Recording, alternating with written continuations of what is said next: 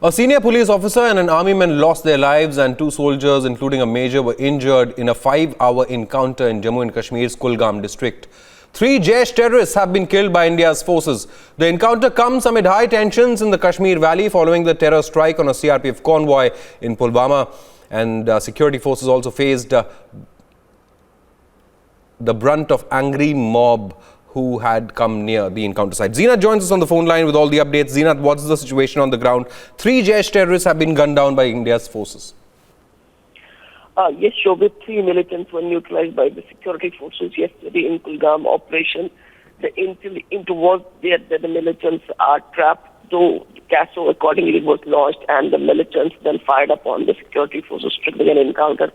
But what happened yesterday is that it's the biggest loss for the Jammu and Kashmir police in yesterday's encounter, when they lost their one of the most competent officer on the rank of DYSP, Aman Thakur, who is from the Doda, basically from Jammu region.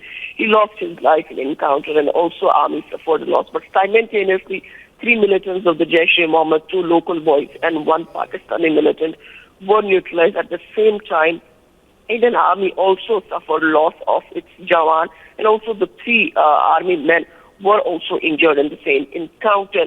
Arms and ammunition, dead bodies were also recovered, and the local militants who were neutralized today, as per the sources, their funeral prayers will take place today. Absolutely, Zeenat.